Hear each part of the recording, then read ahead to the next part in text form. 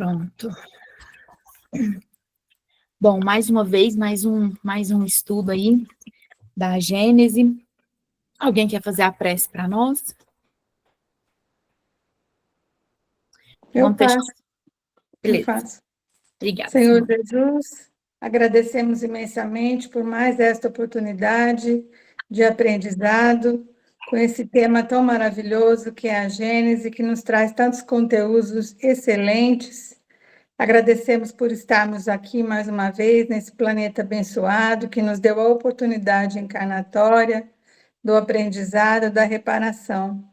Pedimos ao Pai que abençoe os nossos irmãos que não puderam estar conosco hoje também para este estudo, assim como os nossos irmãos que atravessam momentos de dor, de sofrimento, de angústias, que o manto sagrado dessa nossa Mãe Santíssima possa envolver a todos, levando força, fé e resignação para esta situação tão um pouco mais difícil, sabendo com a certeza da fé de que tudo passará.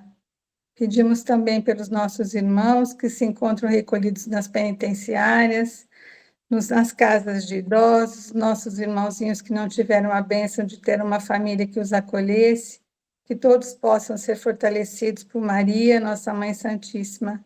E em nome dela, iniciaremos a prece da Mãe Santíssima para a abertura dos nossos estudos. Ave Maria, cheia de graça, o Senhor é convosco. Bendita sois vós entre as mulheres, e bendito é o fruto do vosso ventre, Jesus. Santa Maria, a Mãe de Jesus, rogai por nós, pecadores, agora e na hora de nossa passagem, que assim seja. Que assim seja. Alguém gostaria de ler para nós hoje?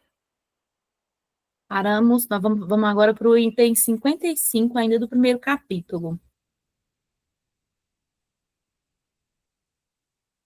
Não?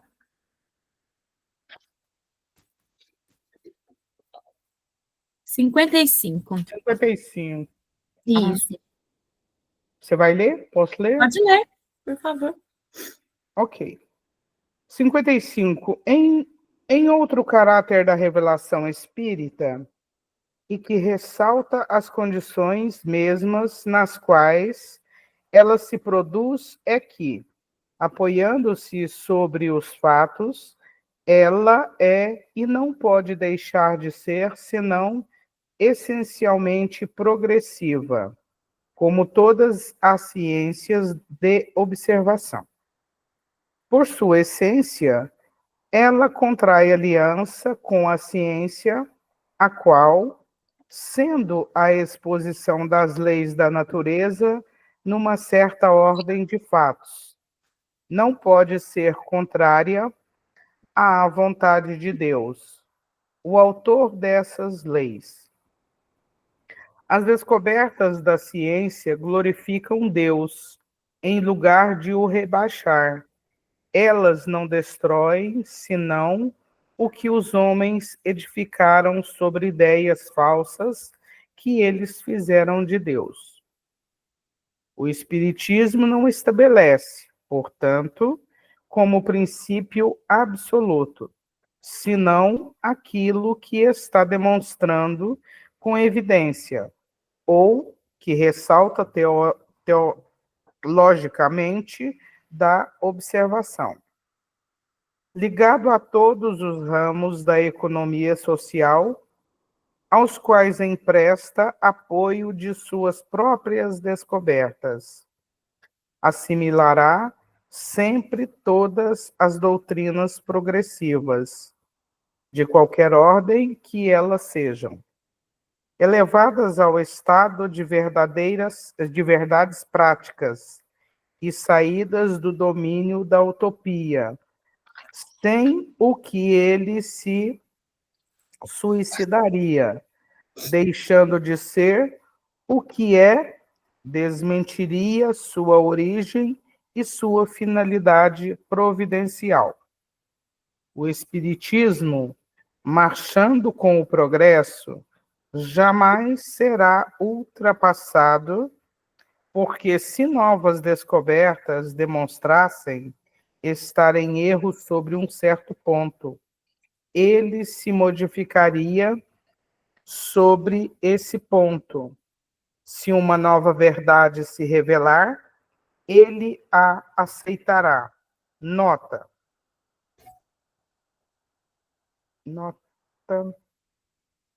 Diante das declarações tão nítidas e tão categóricas como as contidas neste capítulo, caem todas as alegações de tendência ao absolutismo e à autocracia dos príncipes, todas as falsas afirmações que pessoas prevenidas e mal informadas prestam à doutrina.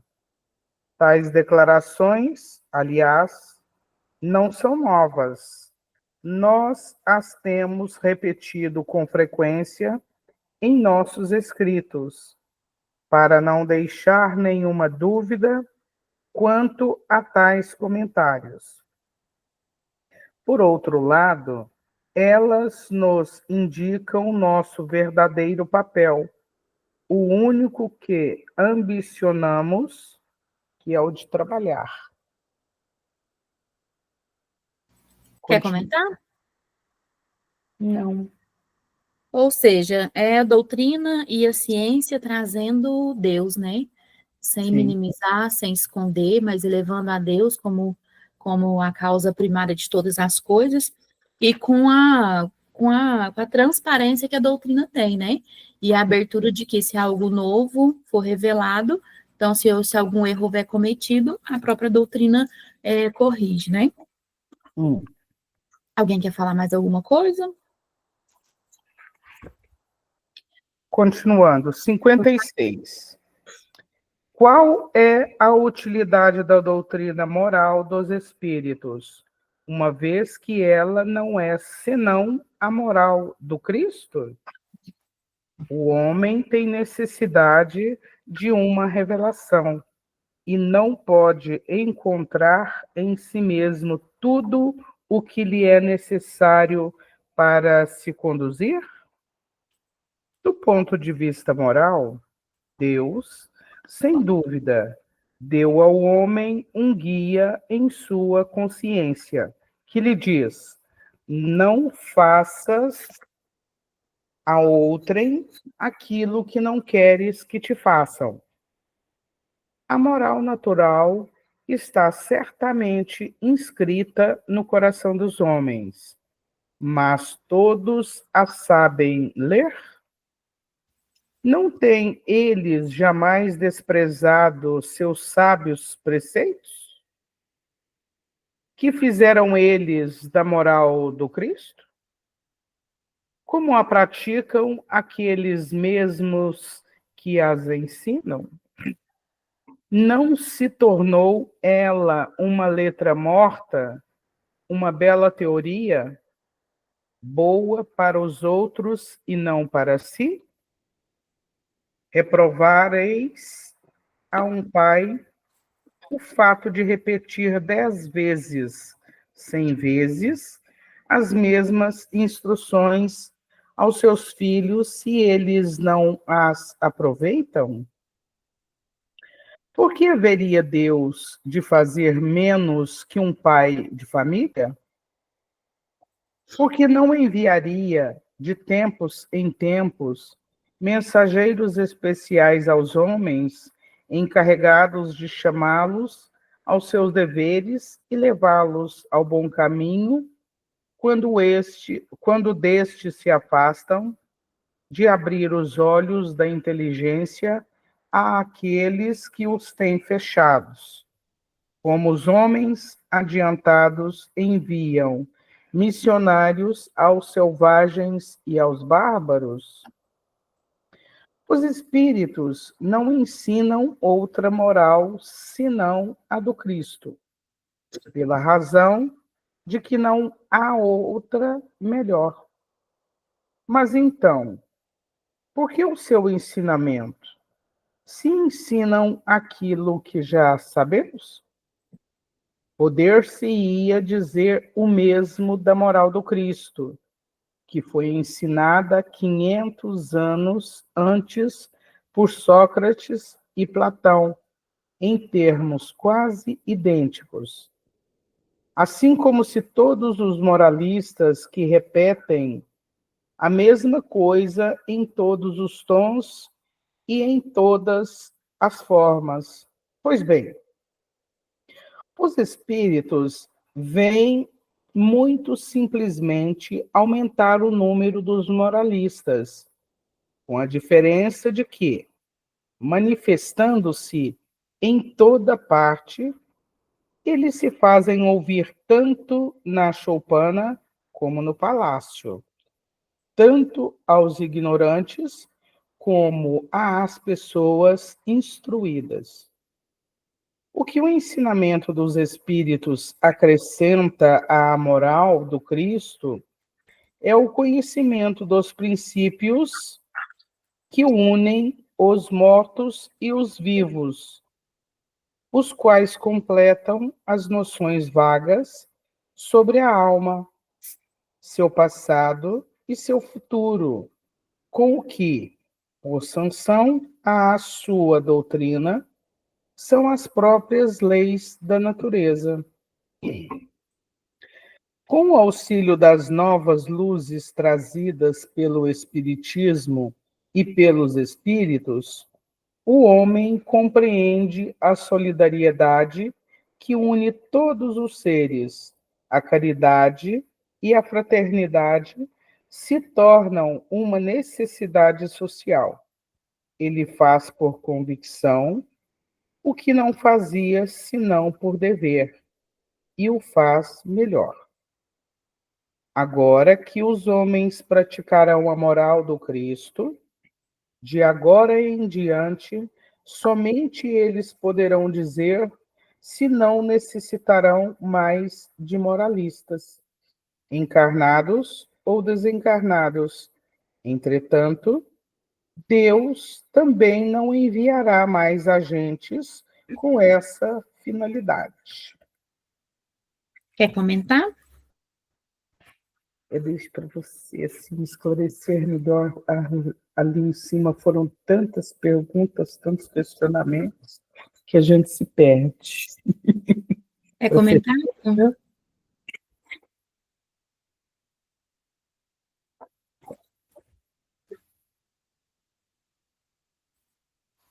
Olha que interessante. Somente quando praticarem a moral do Cristo, poderão os homens dizer que não mais precisam de moralistas encarnados ou desencarnados. Deus, então, não mais los enviará. E aí, lá no comecinho, né, fala cita sobre os pais, né, que cita 10, 100 vezes a mesma coisa. E a gente sabe, e nós como mães, como pais, a gente sabe que a educação, ela é repetitiva, né? Então, assim, a gente fala uma mesma coisa para os nossos filhos infinitamente. Significa que eles não sabem? Não. Significa que eles já ouviram, mas não praticam, né? A mesma coisa, e a doutrina, ela vem para ensinar absolutamente a todos, desde o menos instruído até o mais instruído. E aí vai sendo repetido, quantas vezes forem necessárias, incluindo o que a gente passa pela vida, né? Vai se repetindo até que a gente aprenda. Então, as lições da nossa vida, ela vai sendo repetida até que a gente aprenda. Então, que a doutrina traz da moral de Cristo, ela vai sendo repetida até que em algum momento a gente aprenda. Esperamos que seja logo, né? Mas assim, quando a gente olha, está muito distante. Tá, mas assim, vai sendo repetido até que a gente aprenda. E quando a gente não mais precisar né, quando a gente praticar, quando a gente conseguir praticar de acordo com a moral de Cristo, e aí Deus olha para nós e fala, não, isso ali não precisa mais de ensinamento, né? Não precisa mais que se repita. Exato. Quer comentar, Luziana ou Simone? Não? Valéria, você continua, por favor? 57. Uma das perguntas mais importantes entre as que são formuladas no rosto deste capítulo é esta: qual a autoridade da revelação espírita? pois que ela emana de seres cujas luzes são limitadas e que não são infalíveis? Olha que pergunta. É verdade. A objeção seria válida se essa revelação não consistisse senão no ensino dos espíritos.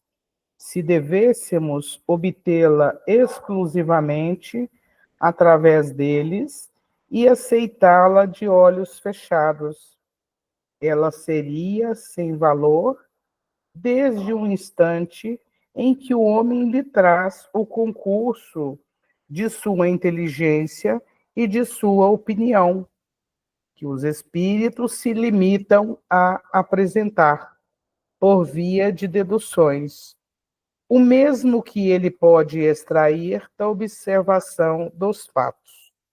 Ou, de outro modo, as manifestações e suas inumeráveis variedades são fatos. O homem as estuda e pesquisa a lei que as rege. Neste trabalho, é ajudado pelos espíritos de todas as ordens, as quais são antes colaboradores que reveladores, no sentido comum da palavra. Ele submete suas expressões ao controle da lógica e do bom senso.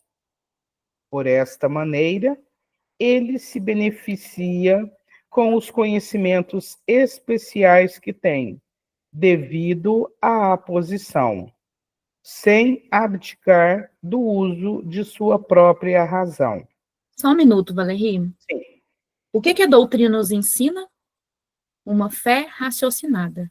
Aí quando pergunta aqui em cima, e a pergunta é sensacional, né? Qual a autoridade que tem a revelação espírita, uma vez que emana de seres limitadas luzes e que não são falíveis?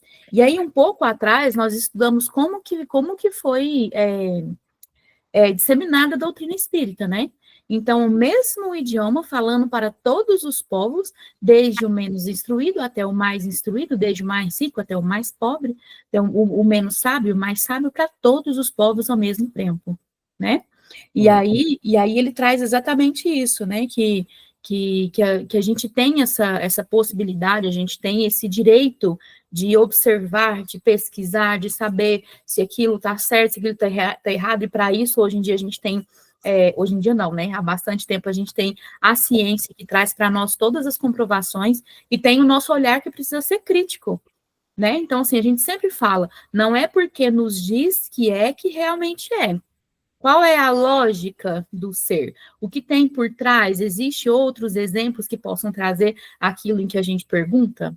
Né? Então, nessa primeira parte, ele traz isso para a gente. Então, o que a doutrina traz para nós é a fé raciocinada. Então, com qual autoridade? Com a autoridade que te dá o direito de pensar, com a autoridade que te dá o direito de raciocinar, de olhar para outros campos e entender se aquilo tem lógica ou não. Se alguém quiser comentar alguma coisa, pode continuar, Valérie, por favor. Sendo os espíritos apenas as almas dos homens, ao nos comunicarmos com eles, nós não saímos da humanidade, o que constitui uma circunstância capital a ser considerada. Por conseguinte, os homens de gênio, que têm sido as bandeiras da humanidade, saíram do mundo dos espíritos, tal como ali reentraram ao deixar a terra, desde que os espíritos podem comunicar-se com os homens. Estes mesmos gênios lhe podem dar instruções sob a forma espiritual, como faziam sob a forma corporal. Eles podem nos instruir após sua morte, como faziam enquanto viviam. São invisíveis em vez de visíveis. Eis toda a diferença. A experiência e o saber que possuíam não devem ser menores. E se a palavra deles, enquanto eram homens, tinha autoridade, essa não deve ser menor pelo fato de se acharem no mundo dos espíritos. E embora a gente vai para o plano espiritual e volta para a Terra encarnado, a gente sabe que o espírito não retrocede. Às vezes ele estagna, mas ele não retrocede. Então, o mesmo saber que tinha antes traz numa próxima encarnação. E aí eu acho legal, né? Porque às vezes a gente já escutou ao longo da vida, falou assim: ah, ninguém sabe se é bom morrer, né? Ninguém voltou para contar. Hã? Quem estuda doutrina espírita nunca usa essa frase na vida, porque a gente tem vários relatos, várias obras de quem voltou para contar, né? Então, assim, com a mesma autoridade, às vezes até com autoridade até maior, dependendo do desenvolvimento e do grau missionário que tem na Terra, né? Comentários? Essas meninas estão muito quietas hoje, meu Deus. 58, por favor, Valerie. Porém, não são somente os espíritos superiores que se manifestam. Fazem-no também os espíritos de todas as ordens. E tal era necessário para nos iniciar no conhecimento verdadeiro do mundo espiritual, que assim nos era revelado sob todas as suas facetas. Por este meio, as relações entre o mundo visível e o mundo invisível são mais íntimas e sua conexão é mais evidente. Vemos de maneira mais clara de onde viemos e para onde vamos. Tal é a finalidade essencial dessas manifestações. Todos os espíritos, qualquer que seja o grau que atingiram, nos ensinam, pois, qualquer coisa, mas como eles são mais ou menos esclarecidos, toca-nos discernir o que há neles de bom ou de mal e extrair a vantagem que possam ter seus ensinamentos. Todos, quaisquer que sejam, podem ensinar-nos ou nos revelar coisas que ignorávamos e que sem eles não saberíamos. E aí vem a questão do raciocínio, né? O que nos diz, o que o espírito nos diz, porque aqui traz, pode ser os espíritos que comunicam conosco, são de, às vezes, mais elevados ou menos elevados, né? E aí o que nos diz, o que aquela fala tem para nós? E aí aquela fala nos mantém próximos, e aí eu me lembro do filme do Divaldo, quando ele pergunta como que ele vai saber se um pensamento é bom ou ruim. E aí a Joana diz para ele, basta você pensar todo o tempo. O que eu estou pensando me aproxima de Deus? Só que, mesmo que traz algo de ruim, algo que não seja, que não nos aproxima de Deus, todos os irmãos que se aproximam, que se comunicam, têm algo para nos ensinar. Ainda que nos traga uma coisa ruim. Então, assim, traz para a gente como proceder, traz para a gente como não proceder, e as próprias histórias que a gente escuta, por exemplo, em dias de sessão mediúnica, né, em dias de tratamento, traz para nós o que fez lá no passado que deu tão ruim na vida dele, na vida encarnada e desencarnada.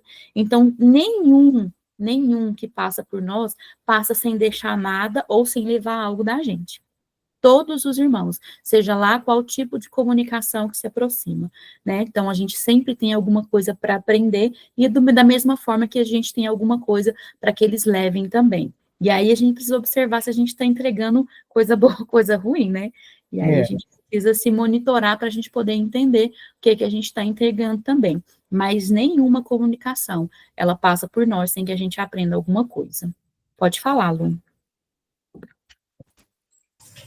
O que eu ia falar era justamente isso, né? Que às vezes a gente está no trabalho de desobsessão, são espíritos que ainda não têm um grau elevado de moral e de conhecimento e tudo, mas eles acabam nos ensinando muito, né? Porque quando eles chegam contando da dor e do sofrimento que eles enfrentaram no pós-morte, de forma indireta, eles estão nos ensinando que a forma como eles levaram a vida aqui não foi legal, que a gente precisa repensar para a gente não repetir os mesmos erros, né? Eles não dizem isso para a gente, mas isso fica subentendido. Subentendido. Então, eles ensinam para a gente o tempo todo, e às vezes a gente ignora isso, né? O que está nas entrelinhas. E até quando a gente vê o sentimento, seja ele de apego, ou seja, um sentimento de raiva que esse irmão se apresenta para nós, são lições grandiosíssimas, né? Então, quando a gente encontra, por exemplo, quando passa por nós um irmão que está totalmente revoltado porque estão tomando as suas coisas, que estão tomando a sua casa, que aí se preocupa com o dinheiro, se a gente prestar bastante atenção, o quão materialista a gente é, o quão apegado aos bens materiais a gente está, né? Então, assim, vivem em sofrimento profundo quando já deveriam estar vivendo uma vida muito mais leve e vivem em sofrimento profundo pelo apego, pelo bem material. A mesma coisa quando o apego é por questões emocionais, as mães com os filhos, os pais, os filhos, né, os filhos com as mães, e etc., né, marido e mulher, todo tipo de relacionamento. Então, e aí a gente compreende, né, que a gente sabe que a morte é a única certeza que a gente tem na vida, a morte do corpo é a única certeza que a gente tem na vida, ainda assim, a gente não consegue admitir, a gente não consegue aceitar. E isso não é nem direto, né, porque se a gente prestar atenção, principalmente para quem estuda o mínimo de doutrina espírita, essas comunicações deixam de ser um ensinamento indireto, porque são uma verdade muito direta que eles colocam para nós o tempo todo, né, e que a gente precisa observar dentro do sofrimento de cada um deles, o que é que a gente está plantando para a gente aqui, né? E aí a gente entender como que a gente vai se comportar, ou como que a gente vai aceitar ou não, quando chegar o nosso momento da gente largar esse corpo aqui para trás e partir para a pátria espiritual. A doutrina espírita é riquíssima de relatos, né? As obras do André Luiz, por exemplo, são recheadas de relatos, de experiências, né?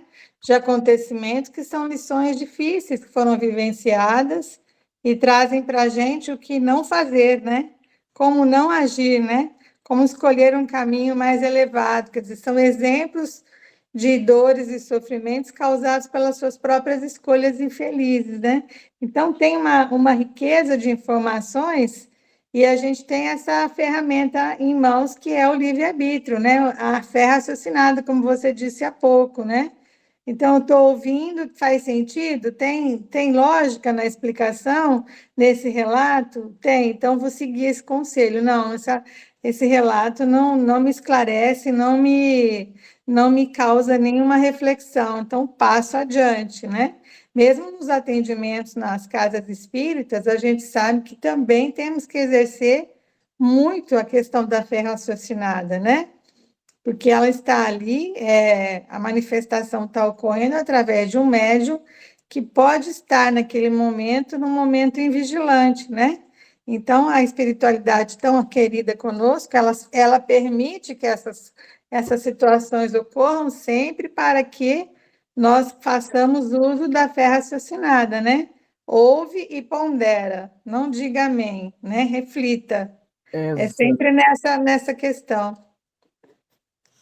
Você falando dos exemplos de André Luiz, e todas as obras dele realmente é muito rica, e aí, gente, eu fico pensando assim, né, tava pensando aqui, você falando, e eu pensando aqui com os meus botões, se a gente olhar à nossa volta, o que tem no nosso dia a dia, são exemplos gritantes que a gente tem o tempo todo. Mas aí eu fico pensando, né? Por que que a gente tem que aprender na pele? Por que que aprender com o exemplo do outro ou com o erro do outro é sempre tão inadmissível, né? A gente acha que a gente está sempre acima dos outros, que acontece sempre com os outros e nunca conosco, né? Então, assim, a gente vai sair sempre ileso na nossa ideia, e a gente esquece que o exemplo do outro não é para ser criticado ou apontado, né? Mas é para que a gente também possa aprender com o erro do outro. A gente está mais preocupado, né, com a nossa própria vida, em vez de aprender com alguma coisa. É zero. Pode continuar, Valerie, por favor. 59. Os grandes espíritos encarnados são individualidades poderosas, sem contradita, mas a ação deles é restrita e necessariamente lenta à propagação de seus ensinamentos. Se um só dentre eles, mesmo que fosse Elias, Moisés, Sócrates ou Platão, que tivesse vindo nestes últimos tempos, revelar aos homens o estado do mundo espiritual. Quem teria provado a verdade de suas afirmativas nestes tempos de ceticismo? Não teria ele sido considerado como um sonhador ou um utopista? E mesmo admitindo que ele tivesse sido verdadeiro de forma absoluta, séculos teriam transcorrido antes que suas ideias fossem aceitas pelas massas. Deus, em sua sabedoria, não quis que assim acontecesse, quis que o ensinamento fosse dado pelos próprios espíritos e não pelos encarnados, a fim de convencê-los de sua existência, que tal tivesse lugar simultaneamente por toda a terra, seja para propagar estes ensinamentos mais rapidamente, seja para se encontrasse na coincidência dos ensinamentos uma prova da verdade, uma vez que cada um tivesse, assim, os meios de se convencer a si mesmo. Então, Deus é tão sábio, tão maravilhoso, que trouxe o ensino, né, dado pelos espíritos, não por encarnados. Agora, a gente falou sobre isso, acho que no último estudo, né? E se fosse dado ao encarnado ou a uma única pessoa, né? Teria retido informações que são extremamente importantes, né? E não teria dado nenhuma oportunidade de raciocinar, de compreender por si próprio, né? De se convencer por si próprio, porque aí as coisas que vão acontecendo, que a gente vai vendo, que a gente vai aprendendo, chega um momento que a gente não tem como contestar. Então, assim, se a gente sentar se a gente sentar e a gente for debater sobre algum assunto, quando a gente traz a revelação da doutrina espírita, chega a um ponto que não tem mais como contestar, porque muitos ainda vivem, são os mistérios de Deus, são os mistérios de Deus, e não são os mistérios de Deus, tudo é explicado e a doutrina espírita, e a doutrina em si explica, né?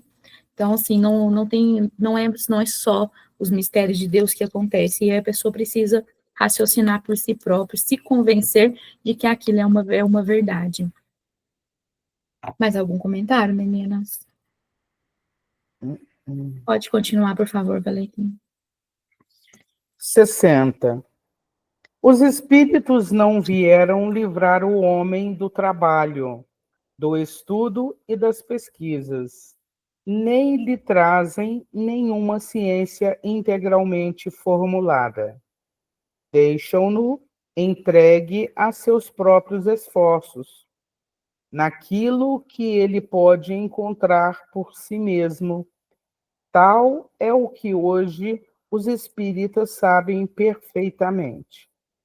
Já de há muito tempo, a experiência tem demonstrado o erro da opinião que atribuía aos espíritos todo o saber e toda a sabedoria, e que bastaria dirigir-se ao primeiro espírito comunicante para conhecer todas as coisas. Saímos da humanidade. Os espíritos são uma de suas faces. Tal como sobre a terra, entre eles há superiores e vulgares. Muitos deles, pois, científica e filosoficamente, sabem menos que certos homens. Eles dizem que sabem, nem menos, nem mais. Tal como entre os homens, os mais adiantados nos podem ensinar acerca de maior número de assuntos. Podem dar-nos conselhos mais judiciosos que os atrasados. Pedir conselhos aos espíritos não é dirigir-se a potências sobrenaturais, mas sim a seus iguais, àquelas mesmas pessoas a quem nos teríamos dirigido em vida, a seus pais, a seus amigos ou a indivíduos mais esclarecidos que nós. Eis, pois, o que é importante de persuadir-se, sendo este um ponto ignorado por aqueles que, não havendo estudado o Espiritismo, fazem para si mesmos uma ideia completamente falsa sobre a natureza do mundo, dos espíritos e das relações de além-túmulo. A gente vê isso com muita frequência, né? Então, assim, não tem o menor, o estudo básico sobre, para poder entender do que se trata a doutrina espírita, do que se trata o espiritismo, e traz uma ideia extremamente contrária e errada. Outro dia eu estava vendo no Instagram uma moça, e aí ela trouxe músicas infantis, e ela colocando assim, nas músicas infantis, a maioria das músicas infantis trazem uma referência à Umbanda, e aí ela coloca lá os Exus, as pombagiras e tal, e aí uma das músicas é a Pombinha Branca. Pombinha branca, o que está fazendo? E aí passa aquela pombinha toda branca, né, com a gravatinha e tal, e aí faz referência a um Exu de uma outra, né, doutrina religiosa. Então, assim, e aí você vê e aí não é sobre atacar nenhuma religião, não é sobre criticar nenhuma religião, mas é porque a gente vê onde mais acontece, né? E aí a gente ouve nos cultos, nas igrejas católicas, nos padres e pastores que estão sempre aí nas redes sociais, e aí você não pode ir num centro espírita, senão você vai acontecer assim, assim, assado. E aí, quando a gente vê os memes, né, das pessoas colocando assim, como pensam que é indo no centro espírita, e como realmente é. E aí é uma forma humorada de colocar justamente essa ideia errada que se faz, né? Mas isso porque a ignorância, ela começa pelo não quero saber. A ignorância, ela começa quando a minha fé não é raciocinada. Então, como que eu posso dizer que a doutrina tal, que a religião tal é assim ou é assado, se eu não tenho um estudo básico, né? Se eu não conheço o básico daquela doutrina ou daquela religião. Então, e aí quando você pergunta, você já leu uma obra básica? Deus me livre, claro que não. Então, assim, como, né? Como que pode colocar, como que pode fazer um julgamento, como que pode fazer um questionamento se não tem um estudo nem que seja básico? Porque para eu falar do outro, eu preciso conhecer o mínimo possível do outro. Porque como que eu falo que a Luziana é uma pessoa muito estressada se eu nem conheço a Luziana? Como que eu falo que a Simone... Eu falo que a Simone é uma mulher muito feliz se eu nem conheço a Simone. Né? Se a gente não tem o conhecimento básico, nunca vi essas mulheres na minha vida e julgo que elas são assim ou assado, e a gente nem sabe como são.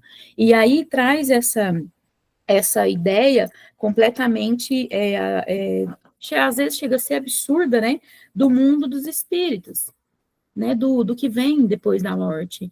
E aí, muitas vezes, as próprias pessoas que falam têm exemplos gritantes, né, de que não acaba aqui.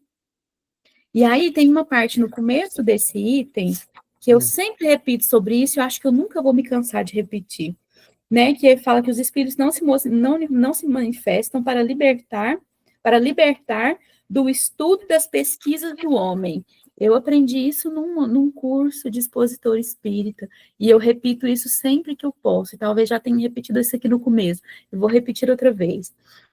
Todo mundo sabe que a gente é intuído quando a gente vai fazer uma palestra, quando a gente vai falar com alguém. Então, a gente sabe que a gente é intuído.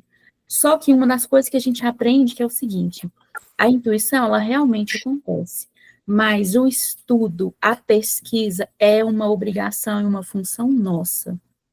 Porque se a gente não tem uma bagagem, se a gente não tem um grau mínimo de conhecimento, os espíritos vão nos conduzir, vão nos intuir com o quê? Se a gente não tem nenhum tipo de bagagem. Né? E aí a gente precisa começar a se policiar a partir daqui. O estudo, ele é responsabilidade nossa. A pesquisa, ela é responsabilidade nossa. A gente vai ser amparado, a gente vai ser intuído, isso não só para palestras, né? Isso é para a vida, porque às vezes a gente senta do lado de alguém num posto de saúde ou numa fila do banco, o que quer que seja. Uma pessoa, e às vezes acontece muito, a pessoa nunca nos viu na vida e solta, desaba toda a vida de dor e sofrimento dela, né, no nosso ouvido em 5 minutos.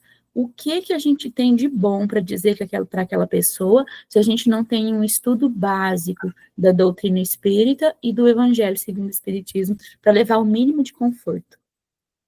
Né? Porque a gente é instrumento o tempo todo. A gente é instrumento 24 horas por dia. Né? Então, assim, a gente não tem folga. Então, às vezes, nossa, estou tranquila aqui sentada na praça, e um dia aconteceu comigo, sendo tranquila no meu horário de almoço, sentado na praça, chega um picolézeiro lá, em 5 minutos eu soube da separação, da traição, da volta, da resseparação, em 5 minutos. E se a gente não tem um conhecimento básico para a gente poder falar algo que seja útil para aquela pessoa? Né? Então, isso é responsabilidade nossa como instrumentos. Pode falar, Lu. Por outro lado, também tem a questão da credibilidade do que os espíritos falam, né? Por exemplo, igual na nossa casa, que a gente trabalha com atendimentos, com mentores, então a gente precisa de pensar. Os médiuns, eles são espíritos, eles têm um grau de evolução, e os mentores também, né? Daí a gente ter o bom senso para acreditar em tudo que eles falam. Porque, como aqui está falando, nem todos são espíritos, vamos dizer assim, iluminados a ponto de terem todas as respostas e nos darem todas as respostas. Então, a gente precisa estudar para a gente conhecer as leis divinas, né? Para a gente avaliar e ter bom senso, como colocou lá no início, né? Precisa ser uma fé raciocinada. E se a gente não estuda e não obtém o conhecimento, a gente não tem referência para a gente argumentar ou avaliar, e qualquer coisa serve. Então, se a gente agir dessa forma, eles podem nos influenciar, às vezes até de forma negativa, e a gente nem se dá conta, né? Como acontece muitas vezes. Que às vezes coisa que alguns mentores falam, viram lei na vida das pessoas, e a gente não pode ser assim, né? A gente tem que avaliar, analisar, por isso que a gente tem a referência de Jesus, né?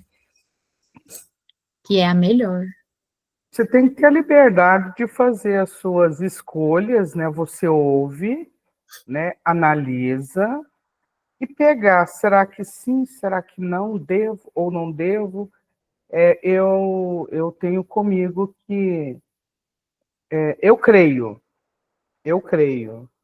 Porém, eu não ajo cegamente com uma venda nos olhos. Na minha vida, assim não. Estudos e tal. Então, eu creio. Acredito. Mas não é questão de deixar de acreditar, Valéria, porque pensa assim, ó, imagina se eu sou um espírito que estou animando aquele médium lá que está trabalhando, então eu estou orientando. Só que o meu conhecimento, ele é limitado, então às vezes vai que a pessoa pergunta, por exemplo, uma coisa que eu não tenho conhecimento, mas sou eu, o espírito, que está trabalhando com aquele médium lá. Aí eu não tenho conhecimento. Vai em busca do conhecimento, pesquisar. Aí, mas eu tenho que responder ele na hora, né? Ah, Aí, o que vai fazer? Ou ele vai responder de uma forma genérica, né? Ou ele não vai responder. Ou ele, dependendo da intenção, pode falar alguma coisa para influenciar aquele que está perguntando. Né? Então, a gente precisa ter cuidado e bom senso para a gente não ser influenciado de forma negativa. é verdade. Né? Para tudo precisa ter sabedoria, para tudo exige bom senso. Porque às vezes o conhecimento de um é limitado. Por exemplo, igual a gente vai num médico, né? A gente vai num, ele fala uma coisa para a gente vai em outro, ele fala outra coisa a respeito do mesmo assunto. A gente vai num especialista, ele fala outra coisa a respeito do mesmo assunto e que às vezes é diferente dos dois anteriores. Mas cada um está falando da referência que ele tem de conhecimento.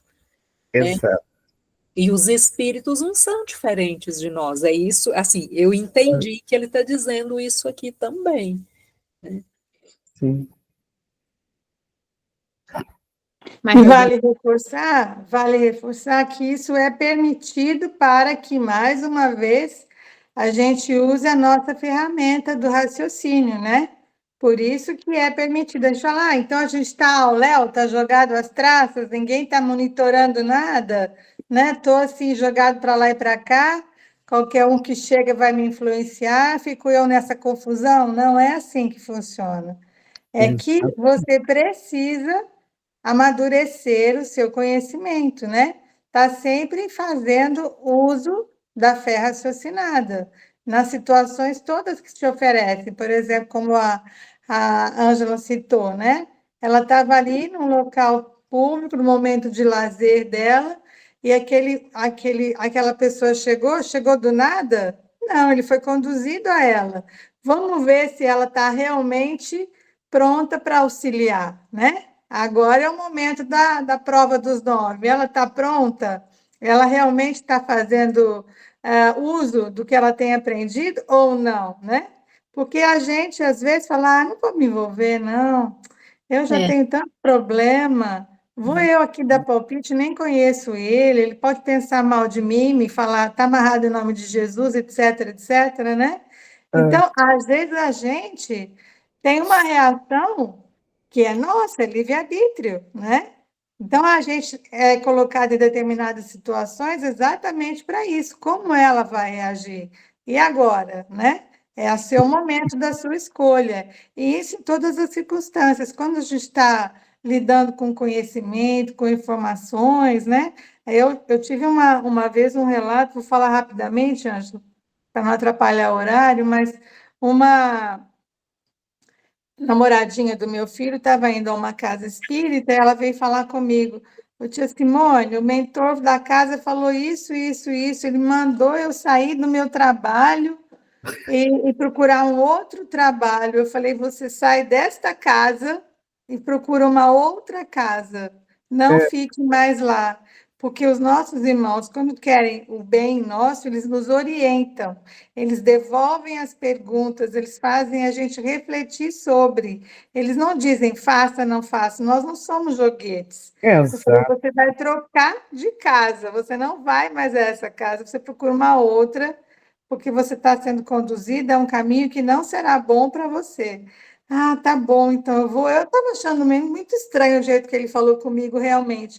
E falou de coisas pessoais também, relacionamento em relação ao pai, em relação à mãe, sabe?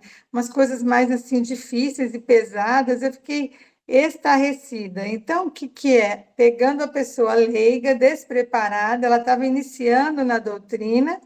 E o médium, tadinho, estava em vigilante, aí juntou uma coisa com a outra, e olha as consequências que A poderiam obsessora aí do causar, lado. né? Aí deixou a E, pessoa louca. e esse Então, ensinamento é para todas as partes mesmo, né? É para que o médium se oriente, né? Que falta a vigilância, que falta o estudo, e para que o paciente, né, tenha esse raciocínio, né? E assim, ela já ficou incomodada com isso, né? E a gente sabe que a espiritualidade, quando a gente leva uma questão como essa, por exemplo, ou como qualquer outra de cunho muito pessoal, eles nunca nos dizem o que fazer. Saia do seu emprego, larga do seu marido, né? Então, assim, né? Abandona a sua família. Jamais, jamais. Né? Eles nunca tomam as decisões por nós, né? Sempre deixa o nosso livre-arbítrio disponível para nós mesmos, para que a gente tenha as nossas responsabilidades, né? Para que a gente resolva a nossa própria vida, porque a vida é nossa, né? A gente tem o livre-arbítrio para isso. A responsabilidade, as consequências são todas nossas. Então, e aí são esses pontos, assim, que são, às vezes parece tão pequeno, né, mas não é pequeno. Traz desanda todo a estrutura de uma pessoa, né? Então, pensa, sai do serviço do nada, sabe-se lá nem a condição da pessoa, né? Então, assim, também não é um julgamento, mas é um aprendizado para nós, e essas histórias particulares, elas sempre traz um aprendizado, né? E nesse caso, por exemplo, e ainda repito, que é um aprendizado para todos os envolvidos, tanto para o médium, né, que para aquele que como médium a gente consegue filtrar, consegue perceber o que está falando ali, e aí ter essa percepção da indisciplina, da invigilância, da falta de estudo, de conhecimento, e para quem está ouvindo, né? Bom, falou isso, será que isso está certo? E se eu fizer isso, né? Pegar a minha vida e conduzir a minha vida dessa maneira, porque isso é conduzir a vida, pegar a minha vida e conduzir a minha vida dessa maneira é uma maneira correta? É algo que eu devo seguir?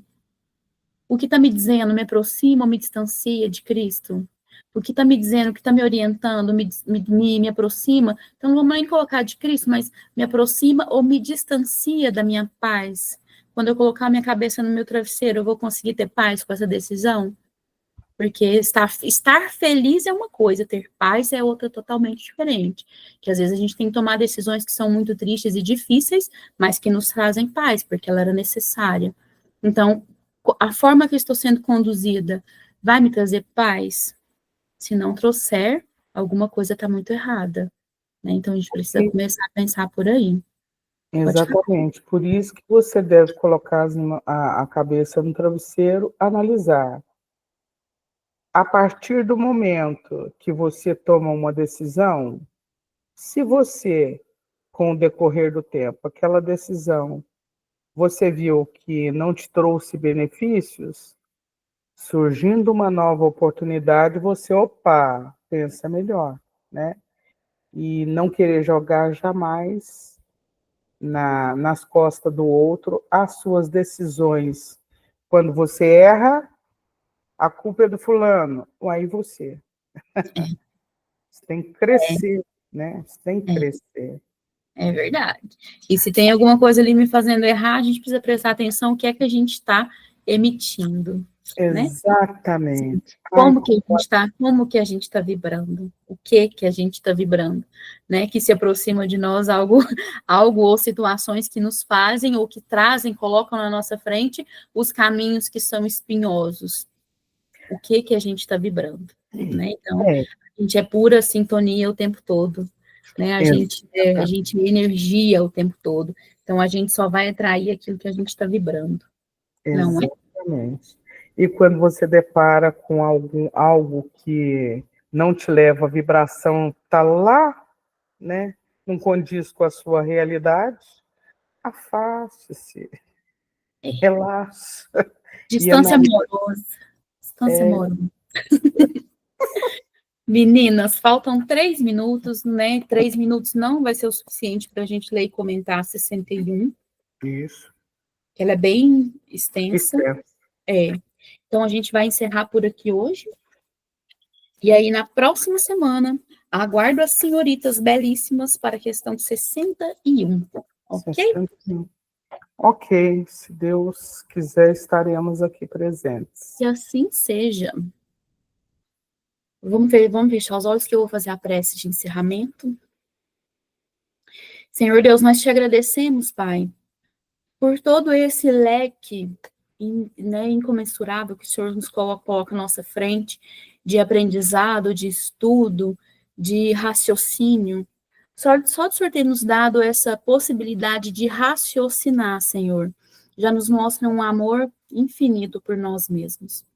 Né, e o amor infinito que o Senhor tem por nós, de nos dar essa possibilidade de entender, de compreender, para que a gente não seja feito de marionetes ou de joguetes nesse mundo. Gratidão, Pai, por tanto amor. Te pedimos, Senhor, que nos ajude com o discernimento, com os conhecimentos de sempre, que nos ajude a discernir se aquilo que chega para nós nos aproxima ou nos afasta de Cristo. Que só assim a gente vai ter uma noção, pelo menos uma vaga noção do caminho certo a seguir, Senhor. Te agradecemos por todos esses irmãos que o Senhor coloca à nossa frente com inteligências superiores, que possam nos trazer os ensinamentos de uma maneira que a gente consiga compreender, com práticas que a gente consiga seguir, e acima de qualquer coisa, Senhor, gratidão pelo Cristo que o Senhor nos enviou. Mais uma vez, Senhor, nós te agradecemos. Com a sua permissão, Pai, nós iniciamos esse estudo de hoje. Com a sua permissão, nós encerramos com a oração que Jesus nos deixou. Pai nosso que estais no céu, santificado seja o vosso nome. Venha a nós o vosso reino. Seja feita a vossa vontade, assim na terra como no céu. O pão nosso de cada dia nos dai hoje. Perdoai as nossas ofensas, assim como nós perdoamos a quem nos tem ofendido. E não nos deixeis cair em tentação, mas livrai-nos do mal. Que assim seja. Gratidão, meninas, pela presença de vocês hoje. Fiquem com Deus, bom descanso. Até a próxima quinta. Gratidão, boa noite para todas vocês. Boa noite. Obrigada, boa noite para vocês.